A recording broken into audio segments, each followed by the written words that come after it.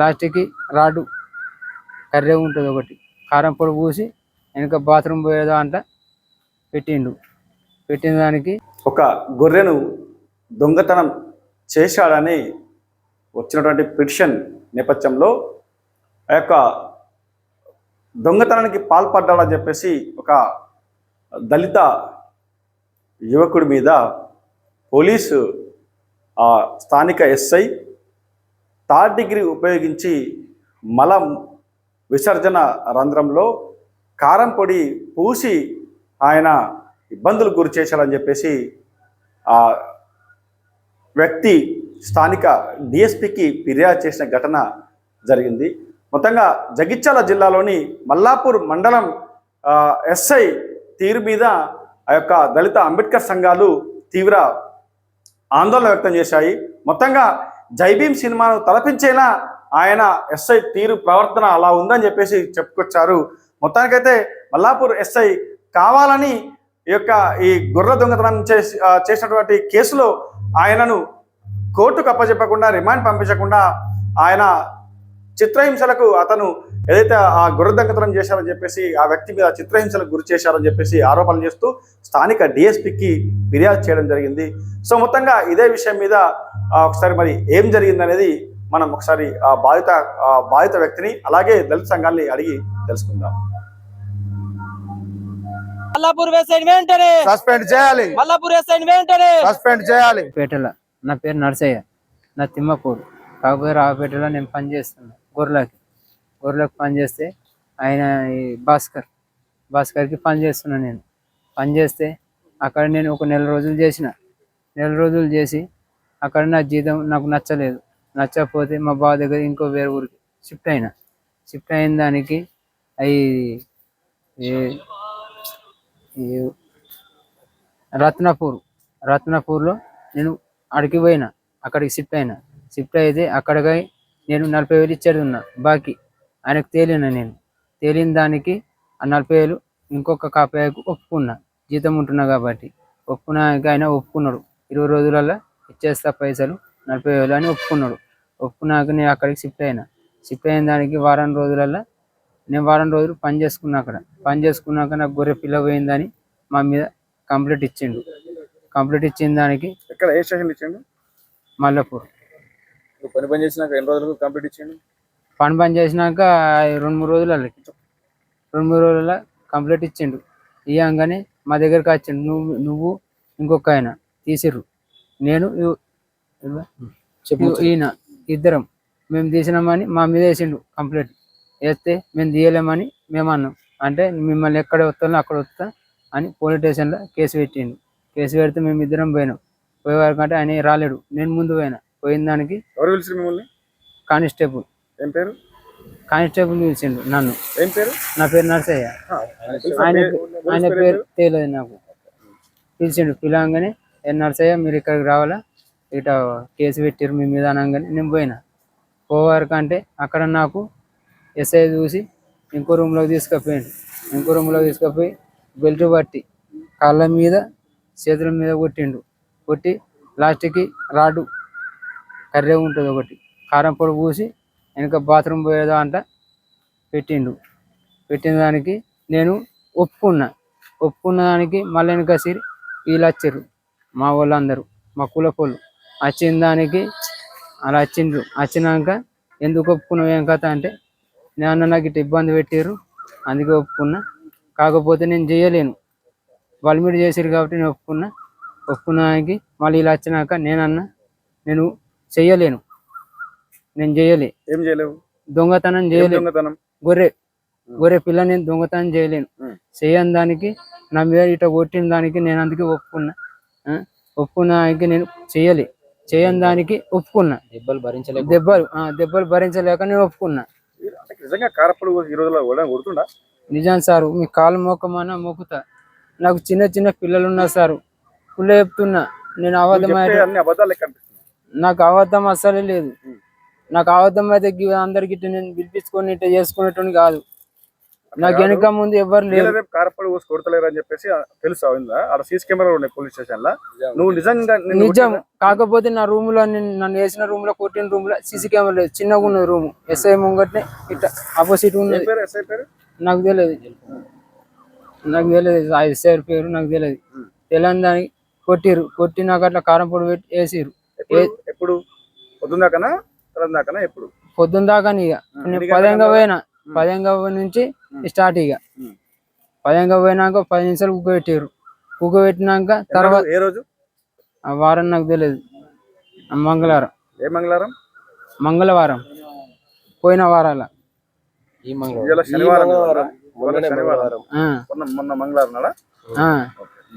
ఆ మంగళవారం నాడు నాకు ఇబ్బంది చేసిన దానికి ఒప్పుకున్నాకి మా వాళ్ళు రాగానే నువ్వెందుకు ఒప్పుకున్నాగానే నాకు ఇట్లా ఇబ్బంది చేసిర్రు అందుకని ఒప్పుకున్నా. ఆయన ఒప్పిపించింది నాకు అన్నీ అన్న. అనగానే సారు ఇప్పటికైనా సరే నేను తీయలేను, నువ్వు దేనికి కడితే దానికి చంపేసినా సరే, నేను ఇట్లా కోసేసినా సరే, కానీ నేను చేయలేను. నేను చేయలే, ఆయన చేయలేడు. ఆయన సోపతి నాకు తెలియదు, నా సోపతి ఆయన తెలియదు. పెట్టి మీరు ఏదైతే ఆరోపిస్తారో కారపొడి పోసి నాకు రాడు పెట్టు అని చెప్పి కనీసం బ్లడ్ అని వస్తుంది కదా? వచ్చింది కొద్దిగా అంత వచ్చింది. నేను బాత్రూమ్ పోయే వరకు అంటే ఇంకా బాత్రూమ్ పోయాక తెల్లారి 3 రోజులు బాత్రూమ్ తలిగింది. ఆ మంటలు ఇవన్నీ అయినాయి. ఎట్లా చేసి నాకు న్యాయం చేయండి సార్. మా సిరిపూర్ మల్లాపూర్ మండల్. మంగళవారం రోజు నాకు కానిస్టేబుల్ ఫోన్ చేసిండు. ఏడున్నావు ఏం కథ అంటే, నేను ఎల్లుల్లి ఎల్లమ్మ కాడికి వచ్చిన అన్న, ఇట్లా నీ మీద కంప్లైంట్ వచ్చింది రా అంటే, నేను ఇక్కడ లేను, నేను ఇక్కడ ఎల్లుళ్ళకి వచ్చిన అంటే నమ్మలేడు. లొకేషన్ పంపి అన్నాడు. సరే నేను లొకేషన్ పంపిస్తాను, మరి వాట్సాప్ నెంబర్ అంటే వాట్సాప్ నెంబర్ ఇదే నెంబరు ఫిట్ చేసుకొని పంపా అంటే పంపించిన. లొకేషన్ చూసినాక సరే మరి ఎప్పుడు వస్తావు అంటే సాయంత్రం లోపు వస్తాను నేను చెప్పిన. సాయంత్రం లోపు నేను 4-5 లోపు ఇంటికి వెళ్ళినాక మా వాళ్ళని 4-5 తోలుకున్నా. సరే పోతాను నేను పోయినా. 5-6 అయింది. పోయేలోపు ఆల్రెడీ నన్ను కొట్టిర్రట, తోలేసిర్రు ఆల్రెడీ. మల్లాపూర్ మన పోషవాళ్ళ దాకా నడుచుకుంటూ వెళ్ళిపోయాడు. అయితే నేను పోయినాక ఏమి ఎస్ఐ చూసి వచ్చినవారా అంటే వచ్చిన సార్ నేనే మరి అంటే, ఎడ చేసిర్రు ఏం కథ, ఓళ్ళకి అమ్మిర్రు ఏం కథ అంటే, సార్ నేను చేయలేను, నేను అమ్మలేను, నేను చెయ్యలేను అన్నే అన్న.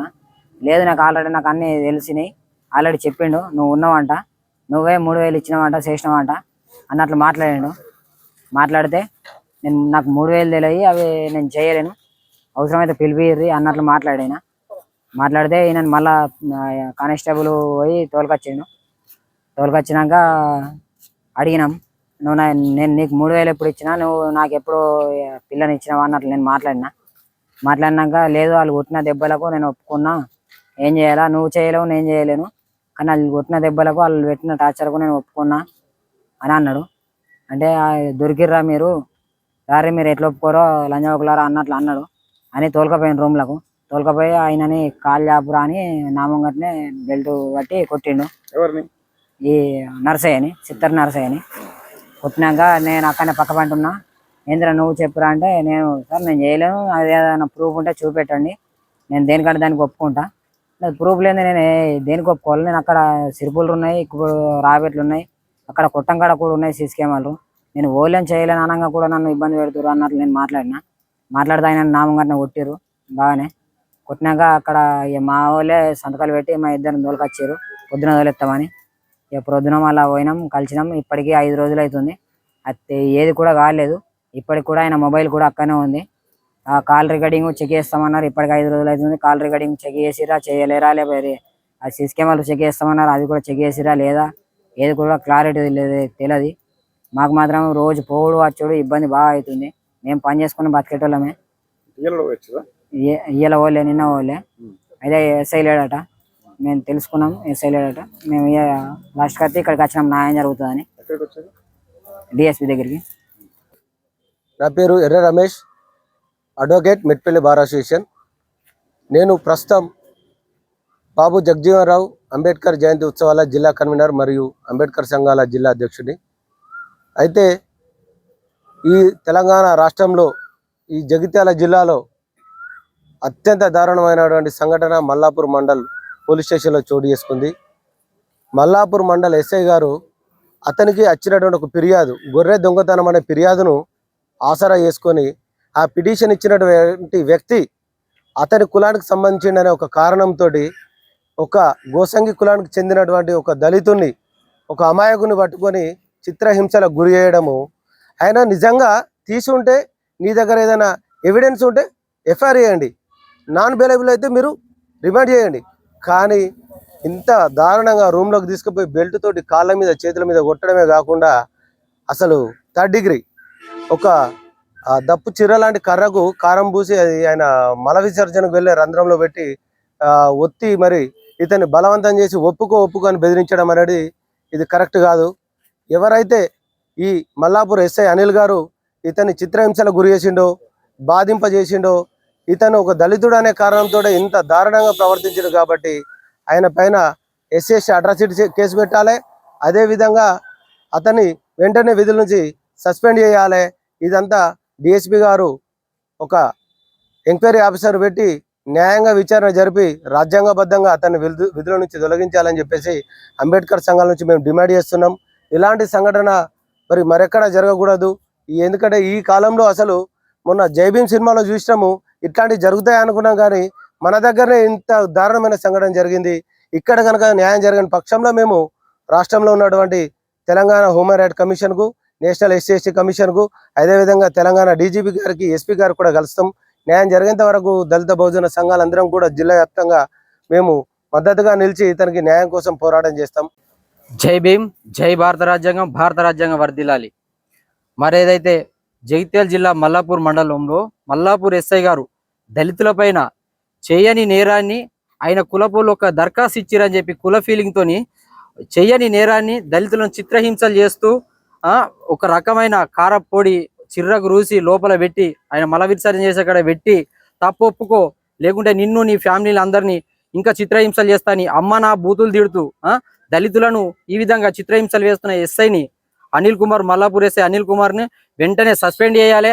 అతని మీద ఎస్సీ ఎస్టీ కేసు ఖచ్చితంగా బుక్ చేయాలని డిఎస్పీ గారికి ఈరోజు దరఖాస్తు ఇవ్వడానికి మేమందరం దళిత సంఘాల తరఫున డిఎస్పీ ఆఫీస్కు రావడం జరిగింది. ఏ చిన్న లోటుపాటు జరిగినా రాష్ట్ర వ్యాప్తంగా దళితులను ఏకం చేసి ఎస్ఐ అనిల్ పైన చట్టపరమైన చర్యలు తీసుకునేంత వరకు మేము ఉద్యమం ఆపమని తెలియజేస్తున్నాను.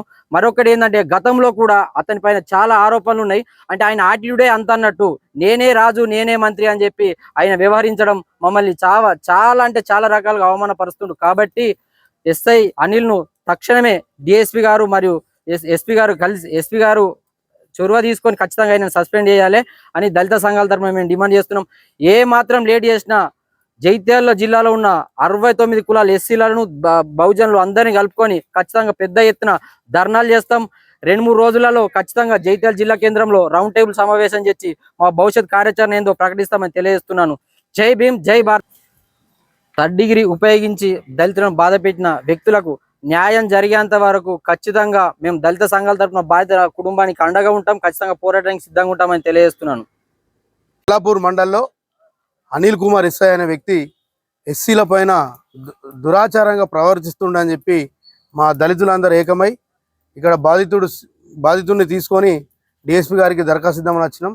ఎందుకంటే ఈ రోజులలో భారత రాజ్యాంగాన్ని గౌరవించి వాళ్ళకు ఉద్యోగాలు ఇస్తే ఆ ఉద్యోగాలను సమన్యాయం చేస్తారని చెప్పి భావిస్తే ఇట్లా ఒక బాధితుడిని నరసయ్యను మర్మాంగాల పైన దాడి చేసి ఆయనను విపరీతంగా కొట్టి కులం పేరుతో దూషించి ఆయనను నడరాకుండా చేస్తే ఆయన ఇప్పుడు చాలా ఇబ్బందులు ఉన్నాడు. ఆయనకు తల్లిదండ్రులు కూడా లేరు, అనాథ. ఆయనకు ఎవ్వరు లేరు కనుక ఆయనని ఈ చిత్రహింసలకు గురి చేసినట్టు అనిపిస్తుంది. వెంటనే మేము ఏమంటున్నామంటే మా దళిత సంఘాల ఆర్గనైజేషన్లో పనిచేసే ప్రతి ఒక్కరి కోరిక ఏంటంటే ఆ బాధితునికి న్యాయం జరిగేంత వరకు మేమందరం కలిసికట్టుగా ఎస్సీ ఎస్టీ బీసీలను కూడా ఏకం చేసుకొని ఈ యొక్క ఉద్యమాల్లో ఈ బాధితునికి న్యాయం జరిగేంత వరకు మేము పోరాడతామని తెలియజేస్తున్నాం. అంతేకాకుండా ఆయనను ఒక దళితుడని పేరు ఉన్నందుకేనా మరి ఎందుకోసం ఈ విధంగా మా దళితుల పైన ఈ ఎస్ఐకి అంతగానము వివక్ష అని చెప్పి మేము ప్రశ్నిస్తున్నాం. ఇంకోసారి కానీ ఆయనను ఖచ్చితంగా ఆయనపై చర్య తీసుకొని డిఎస్పీ గారు కానీ ఎస్పీ గారు కానీ చట్టపరంగా ఆయనను ఎంక్వైరీ చేసి ఏ విధంగా అయితే తప్పు చేసిండో ఆయన ఖచ్చితంగా ఆయన సస్పెండ్ చేయాలని చెప్పి మేము దళితుల పక్షాన మేము తెలియజేస్తున్నాం. జై భీమ్. ఇదే విషయం మీద ఆ యొక్క ఎస్ఐ మల్లాపూర్ ఎస్ఐ వివరణ కోసం కాల్ చేస్తే కాల్ స్పందించడం లేదు. సో మొత్తంగా ఏది ఏమైనప్పటికీ దీని మీద పూర్తి స్థాయి విచారణ జరిపి ఉన్నతాధికారులు స్పందించి పూర్తి స్థాయి విచారణ జరిపి ఆ యొక్క బాధిత కుటుంబం అంటే బాధితునికి న్యాయం జరిగేలా చూడాలని చెప్పేసి దళిత సంఘాలు కోరుతా ఉన్నాయి.